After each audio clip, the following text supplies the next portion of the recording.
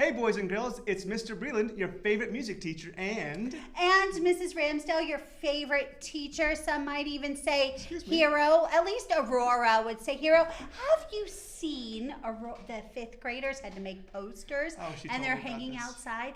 And Aurora, guess who her hero was? Me? No, not you. Unbelievable. Me. Aurora, me. that hurts. That hurts. No, it's okay, she though. knows. She knows. Hero. I forgive I'm you. here for you, kids. I forgive got you. So in this presentation, we're going to be explaining how the audition process works and give you some tips on how to make your audition more successful. We have big plans this year. The Lion King was pretty epic last year. It was huge. I feel like it was so well received. Everyone in the community really loves it, and the kids love performing it too. And we did some really cool things last year. We really stepped up our game. We added some really cool lighting. We put our cast members out into the audience, breaking that with fourth the birds. wall. I forgot about the birds and the animals running down the aisle. It was so cool. And the chorus and the choir out there singing. So many pretty colors. It was beautiful. We used a lot of really cool props. So as soon as that one was over, we went home and started thinking about this year. And we already have some really cool, even new ideas that we want to bring to this On the one. car ride home, she's talking to me. She's like, Mr. Breland, we got a plan for next year. We got a plan for next year. What next year is finally here, and now we're doing Moana Junior, and it's so exciting. And we decided that we aced that 30 minutes. And when it was over, everybody in the audience, all of our kids, they're like, we wish it were longer. So you guys get your wish this year. We are doing a 60-minute show. And last year it was a 30-minute runtime. This year it's a 60-minute runtime, which is, it's a lot, but we're pretty confident that we'll be able to do it. We are confident. But because it's going to be a longer show, a bigger show, we're going to have even higher expectations for our actors and our parents as well. But we'll talk about all the parents' responsibilities a little bit later. And because we are growing as a school and we're growing as a drama club, we're also growing in our teaching staff. So we get to introduce to you Miss Gilson is going to be joining. That's a new word now. Miss Gilson is going to be joining our teaching staff here in the Moana show. Yes, your turn. You talk more now. Okay. What's really cool about Miss Gilson is she's got a background in show choir, and one of the things that we wanted to bring to the show this year is a little more show choir and bringing our actors out into the audience a little more, because we thought that was really cool. So she's going to be there to help us because she has a background in that. So we're excited to have you, Miss Gilson. It's going to be so great.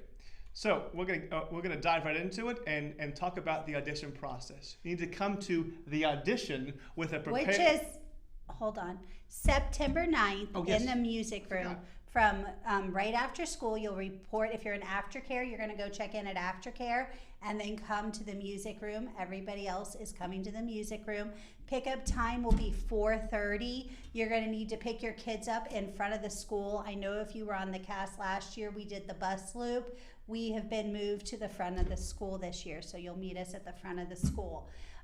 Whenever we tell you to come with a script prepared, let me tell you from where you are going to get that script. Yes, on the back of the flyer that you received, there was 2 different QR codes. One QR code brought you to this fabulous presentation. Riveting. Well, I hope it is. We don't know until we get into the editing room. But we can edit the bad parts out. I think it's going pretty good so far. Okay. Anyway, so better than the other 3. Yes, this was not the first take. So one of the QR codes took you to this video, and the second QR code takes you to a Google Drive folder. Within that folder, there's 2 separate folders. One folder has the scripts, and one folder has the vocal scripts. And hold on to those vocal scripts. Yes, we don't need them yet. Right now, you only need to pay attention to the scripts for the actors. I think there's 5 different scripts to choose from, and you need to read those scripts, read, and try and memorize it the best you can. Because if you're able to memorize your script, you can practice it more. You'll become more fluid. It'll become more natural, and you won't read the script for the first time in a monotone. You'll be able to bring the character out just by simply reading it and try and practice it. I suggest that you go in front of a mirror and practice it and memorize it that way. I suggest that you get your parents involved, have them maybe give you a couple of pointers. Maybe parents can read the other parts, because all the parts are not just one monologue. It's always interactive interactions between two separate characters. And actually, that brings us to the way the auditions are going to work, so that you guys are kind of prepared. When the scripts have two characters, let's just say there's a script that has Moana and Maui in it, and you have prepared. We have 12 kids that want to be Moana, and we have 10 kids that want to be Maui. We will take randomly a Moana and pair them with somebody who's Maui, have you each read your lines with each other. There may come a point, because I only have 10 Mauis and 12 Moanas, that now I need somebody to step in and read a Maui part for those extra 2 Moanas that need to audition. So there is a likelihood that you might be asked to read something you haven't prepared for. We'll give you the script. If we ask you to do that, we're not judging. We're just asking you to fill in and help us. But we are going to allow you to choose which character you would like to audition for, with the preface that does not mean it is the character that, should you be cast, you will be cast as.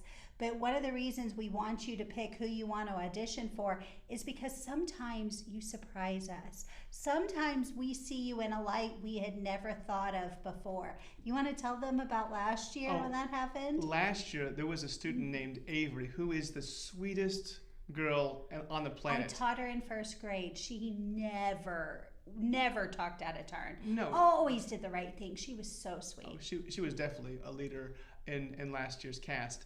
And she came to the audition as Scar, and we looked at each other like, all right, let's hear it. And she owned Scar from the moment that we said, and go, she became Scar. So that is, I would say, a goal. I would say a goal that Avery, or last year's cast, has set for you. Come to the audition owning the role with confidence, and the only way that's going to happen is if you practice. And we are not opposed. Just like we cast last year, we cast Simbas. We did cast girls as Simbas.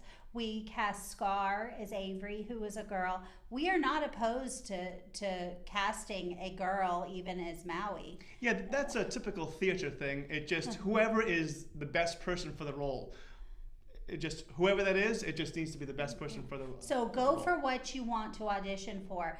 Stand out, and we may cast you, we may see you as another character in the musical, and that's great. But pick what you want to audition for, and sometimes you'll blow us away and we'll be like, yeah, you were meant to be. Yes, and that second folder that's in that Google Drive folder, the one that says vocal audition scripts, or it says something like that, that folder is going to be reserved just for the students that we call back, because this year there's actually a higher vocal demand for our leadership cast and our ensemble as well, but certainly our leadership cast. There's a couple of solos that we're going to be asking those cast members to do. So if we are asked to do callbacks, then we're going to be pulling from that vocal audition. The callbacks are Mr. Breland and I.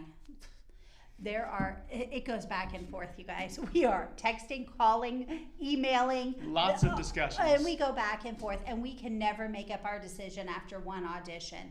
So we will post a callback list outside. We're auditioning them on Monday. Let's promise them a callback list by Friday. Yeah, it'll be within that week, of course, yes. And depends how much we are arguing about it. But we will hang it outside Mr. Breland's door.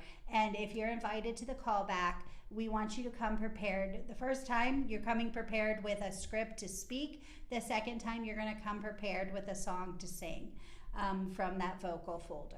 That's right. We'll do callbacks, and we'll make our decisions from those callbacks. So you might be asking yourself, what exactly are we looking for as educators and your directors? We are looking for students that are confident and have charisma, the two big C's there, which is a term I just made up right now. The two big C's, confidence and charisma, and just showing ownership of the stage. We're also looking for leadership ability, because we need to take a minute and talk about what the leadership cast is. The leadership cast are going to be the kids who are the anchors of this show. They're the kids who have to know all the lines. They're the kids that are right in the middle of all of the choreography. They're the anchors of the show. They have to be able to interact well with the ensemble and the rest of the cast. So the ability to have some teamwork is also something that we're going to consider. Their behavior is also a consideration, because we're going to be working with them and not really wanting to keep an eye on them because we're expecting them to behave as leaders, not a child who we've got to keep an eye on and make sure they're not getting into any trouble all the time.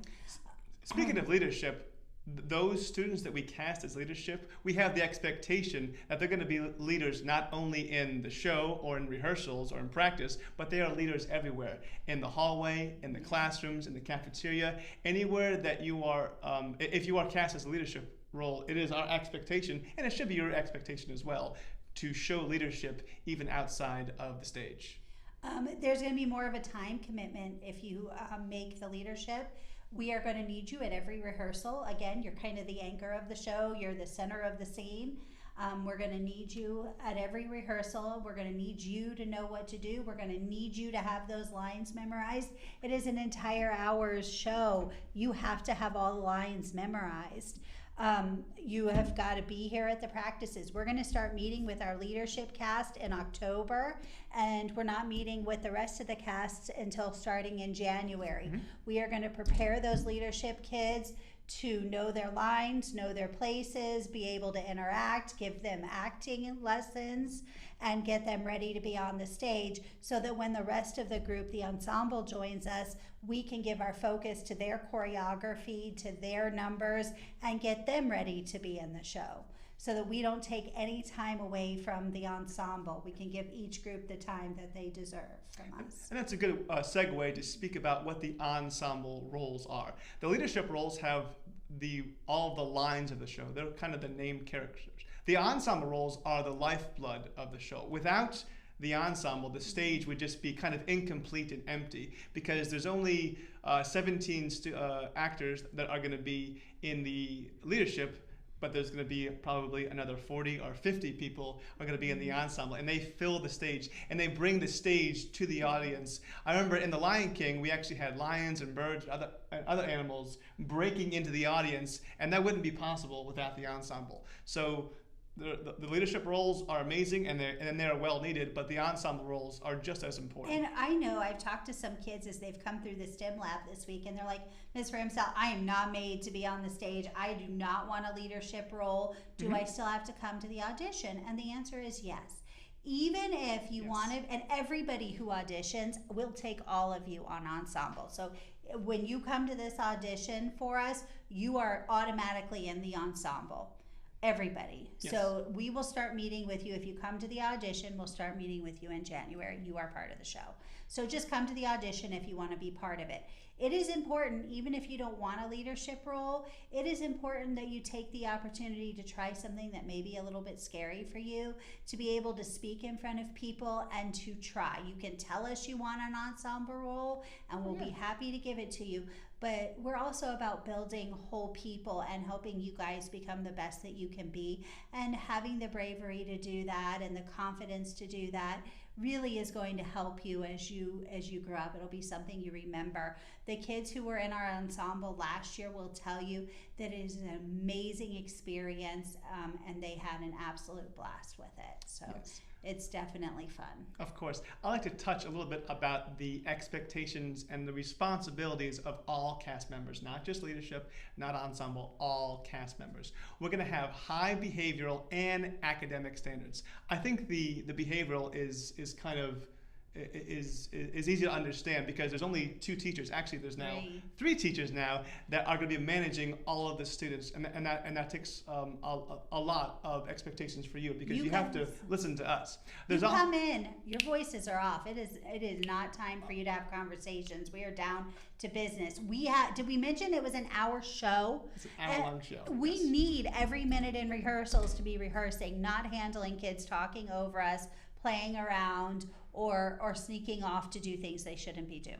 So now, the academic standards is also something, because this is a school, but if your homeroom teacher brings to our attention that you have academic concerns, we'll deal with that situation on a person-to-person basis, but it's a school. Keep your grades up, or just keep your proficiency levels high.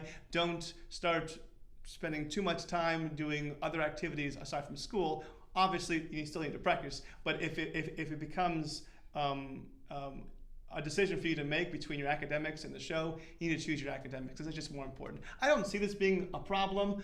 I just felt it was worth mentioning. Also, time commitment. You have to be at practice every single day. And parents, this is a big one for you, the time commitment. Miss Ramsdale is a mother, and I am a father, and we need to leave exactly when rehearsal is done because we have to pick up our own kids. So it is your responsibility as parents to make sure that you are there on time. Yes, your child has to communicate with you when rehearsals are. Most of the time, at least for the first half of the season, it's a 3:30 pickup, but it's everyone's responsibility.